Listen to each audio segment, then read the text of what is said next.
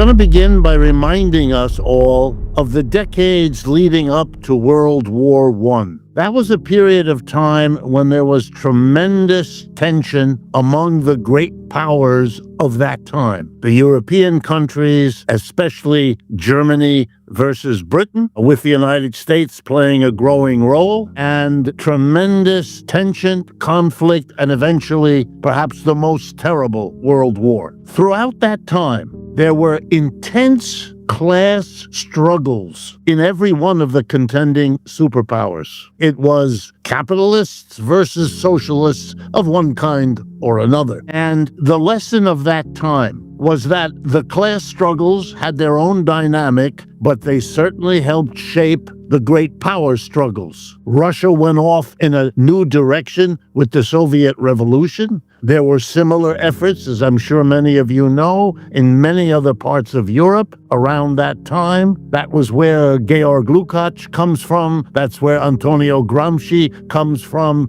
Lenin, all of them. The whole Marxist canon was shaken to the core.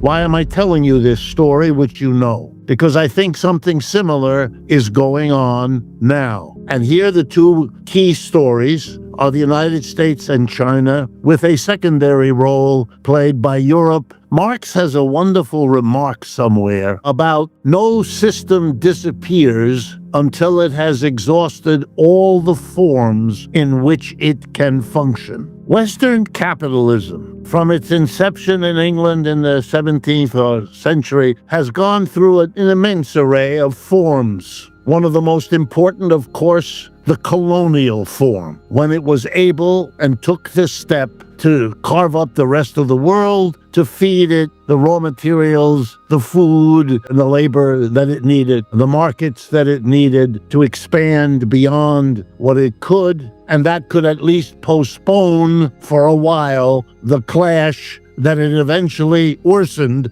by virtue of that postponement. But there was a very powerful sequence of forms that it took. I think the United States and Europe are now at a point where they cannot envision the next form, which is becoming urgent because the form they're in looks like it's heading into the toilet. I think it is important to understand that they don't know where to go next. Yes, cloud computing, of course, the high tech, one of the only sectors, certainly here in the United States, that looks anything other than dead. And the terrible fear here is that the Chinese have caught up and are in the process of surpassing the U.S. in just those areas. And that produces a very strange behavior. They can't provide work at a decent wage. Otherwise, there wouldn't be Donald Trump. He is the product of the failure to handle the last phase of the old system. When the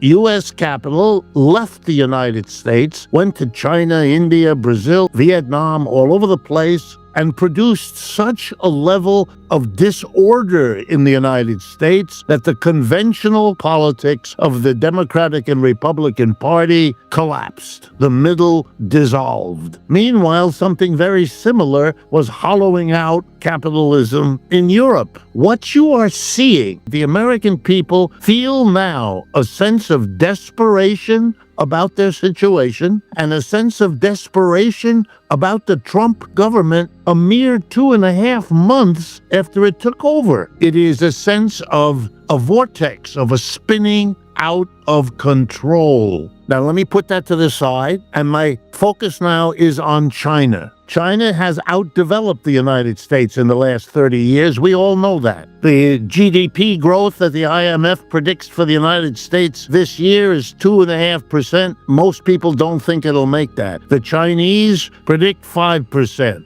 And that 2-to-1 to 3-to-1 ratio has been the norm for decades now, and there is no suggestion that it will stop. This is a terrible problem. Number one. Number two, China has figured out how to make a socialism unlike the other socialisms that have so far been tried. European socialism, or what is sometimes called Scandinavian socialism, it was an economy that was basically privately capitalist, but with a fairly strong dose of government regulation, high levels of taxation, and the provision of a social welfare state, more or less adopted in Germany or France or Italy and so on. That was the first model. Second model, the Soviet Union. There, the government takes over everything in industry and a good chunk of agriculture and runs it like a state enterprise.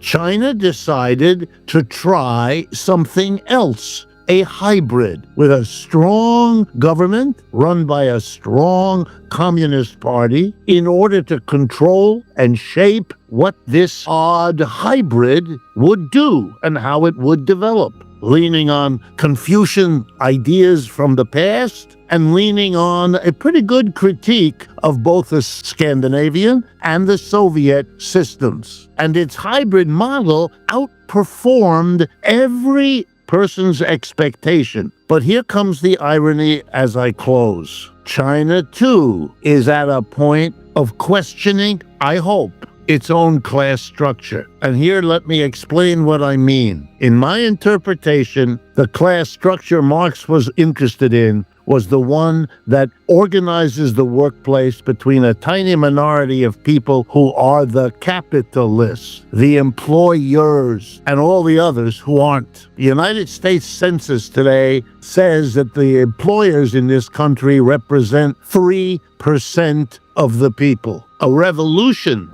that Marx, therefore, foresees is an end to that way of organizing the workplace. So it isn't. Why is this important? Because this is an earth-shaking change that would implicate both the United States and Europe on the one hand and China on the other. It is something they have in common, that way of organizing their enterprises. They come at it from a different history with different consciousness. But the problem is the one Marx set himself. Let me close with a quote from Lenin. The working class sees the state, and we now operate a capitalism. What we haven't done, but is our next stage, is to make use of worker cooperatives, which existed all over Russia at that time. That is the direction we have to go. Well, that's, of course, a recognition that the problem is the employer-employee relationship, and the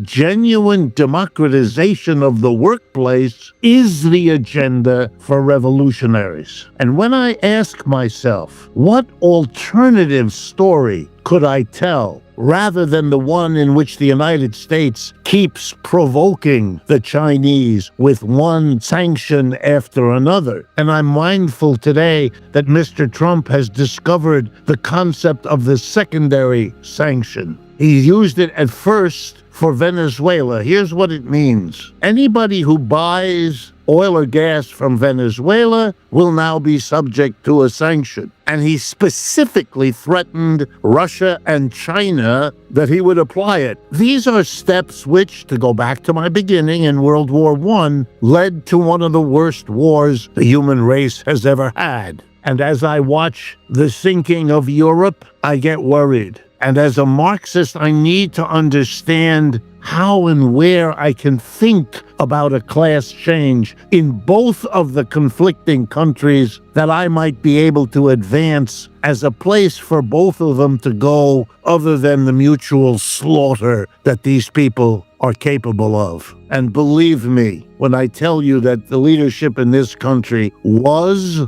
under Biden and is under Trump capable. Do not forget, we remain the only country that ever dropped a nuclear bomb on other people. It should not be forgotten. Last point. Let's remember how much of the world Europe dominated for so long. And look where it is now, desperately trying to hold on with its fingernails as it falls down the cliff. There is something unspeakably sad, and yet also there's an element of justice. That empire, or those empires, are over. They passed the baton to the United States, which is now for the first time feeling itself in the last 15 years that its empire is also dissolving. That is what makes Trump so crazy in what he's doing. He's throwing around tariffs. It's a lifeline for him. Our government throws Hail Mary passes. People like me try to make a rational strategy. It's right for us to try, but it misunderstands where we are if we don't realize that they've given that up. They are now in desperation mode, and the class struggle I think we need to wage is to tell them that the solutions to the problems on both sides might well be to question the organization of production in just the way Marx originally tried to get us to do. Yes, the class struggle is getting very intense here in the United States. We have a revival of our labor movement, the likes of which we haven't seen for 75, 80 years. We have a revival of the left. Every Saturday now, there are mass demonstrations in front of Elon Musk's Tesla showrooms. You can't buy a Tesla here. You can't get through the demonstrators to get into the room to negotiate the purchase. The government has to promise severe penalties to people who deface the Tesla on the street, which they're, of course, doing anyway. They can't stop it. There are movements here. Again, I don't know how long I will be able to speak freely anymore, because for Americans, this is very frightening. You hear the word fascism in this country more often now than I have for a long, long time.